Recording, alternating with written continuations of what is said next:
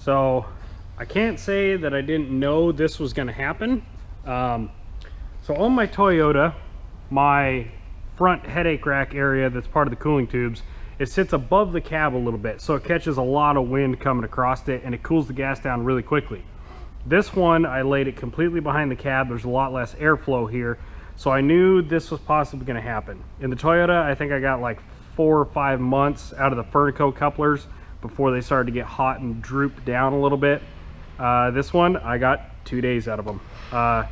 Last night on the way home, I definitely gaped that one out completely. There was a huge hole in the side of it. You can see how far it's hanging down. And I slammed some duct tape on it. Got me home, and I was planning on swapping these out when I got to work today. And by the time I got here, I had melted the other side. So these Furnicos need to go. And just like I upgraded on the Toyota, we're going to put some high temp silicone hose right here, which I just bought a 3-foot stick of, and I'm gonna lop it down into connectors and reuse these hose clamps. We'll get this all buttoned back together, ready for the ride home. Now, the reason that happened, on my Toyota, and I gotta get this through my head, every system is gonna run differently, but I'm running this like it's the Toyota. In the Toyota, I am out of wood at about 160 degrees. If it gets to 170, I start losing power, so I pull over and refuel. I'm still finding the sweet spot on this system, and I got the hopper to 155 degrees this morning, and I was out of wood, and I started seeing super high temperatures in the crossover temp probe.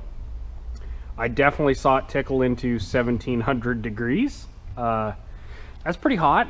I mean, the hopper was hot enough, I started to boil a little bit of paint off the lid here. And I definitely got the crossover hot, so I'm gonna have to wire wheel that down, get some paint slapped on there, and then we'll be ready for the ride home. And I'll show you guys something else I figured out. High temperature silicone upgrade that I should have done from the start. Check, got that done. Still got to work over here and get this cleaned up and painted. I didn't even realize it until I went and pulled the rails off. I also melted my hopper vacuum tubing dealy-wop, so that's got a splice in it. It's rerouted further up against the cab. It was actually resting on the center post, that's why it melted. So real quick, let's go run up under the hood. I'll show you guys something.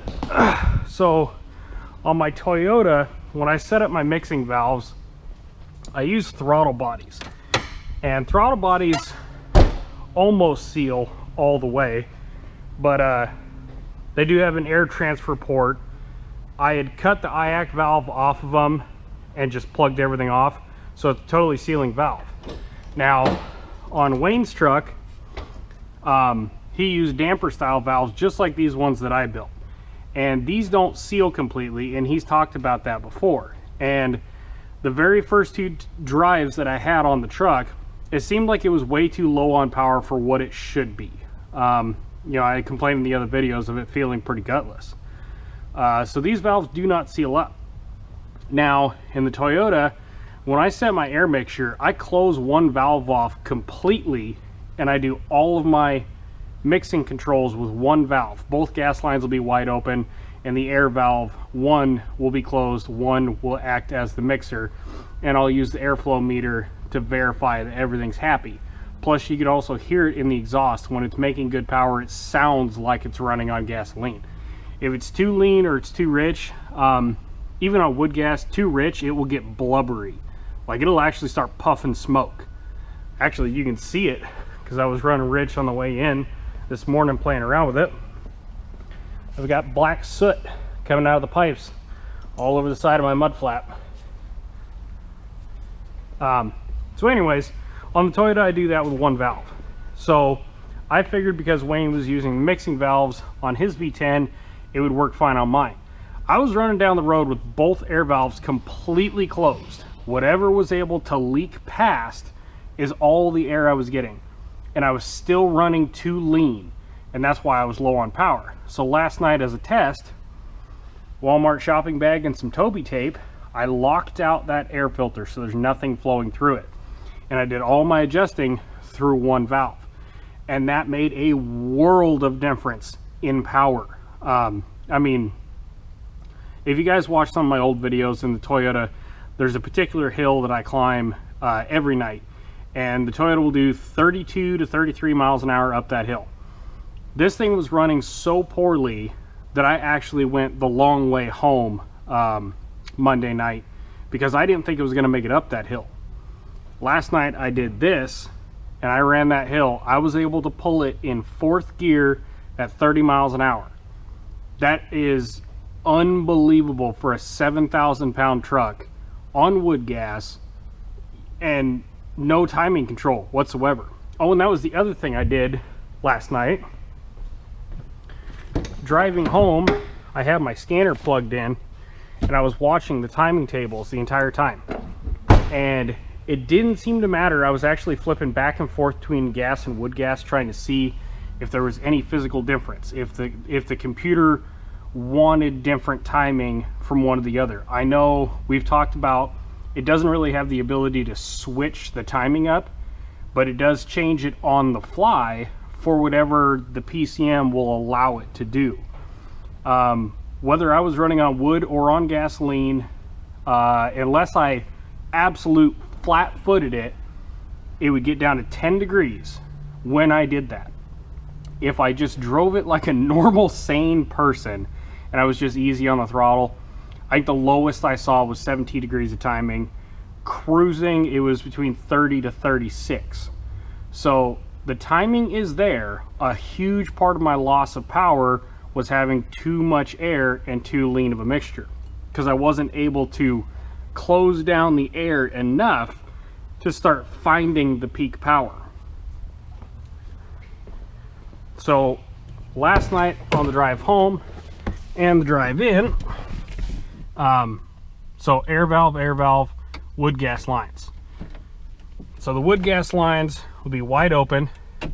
This one, I set these up left to right, so this corresponds to the right side valve and air cleaner assembly, and I was running on just this one, and I was open about that far, and I would just tickle into the rich at idle. Once I was on the throttle, I was bouncing between lean and ideal settings. If I let off the throttle, it wouldn't die, but it also won't idle down. Now, I don't have a high idle system in this truck yet, but I know I've already built up enough soot in the throttle body. It's holding it between 1,000 and 1,100 RPM, which is totally fine. That's where I was going to have it set up with a high idle anyways. Now, that's temporary and totally cheesy, but it does work. So that's what the truck is doing right now. Now it's got all sorts of power.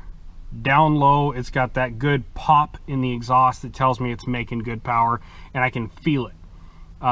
If I wood it and just flat foot it and it drops the timing off, it's very interesting. I can let off of the pedal and I can feel the power curve coming in with the timing. The timing starts advancing as I'm letting off the throttle, and the truck will kind of lurch forward. Not, you know, throw you back in the seat, which is what my Toyota does, but that also has high compression and it's got 45 degrees of timing.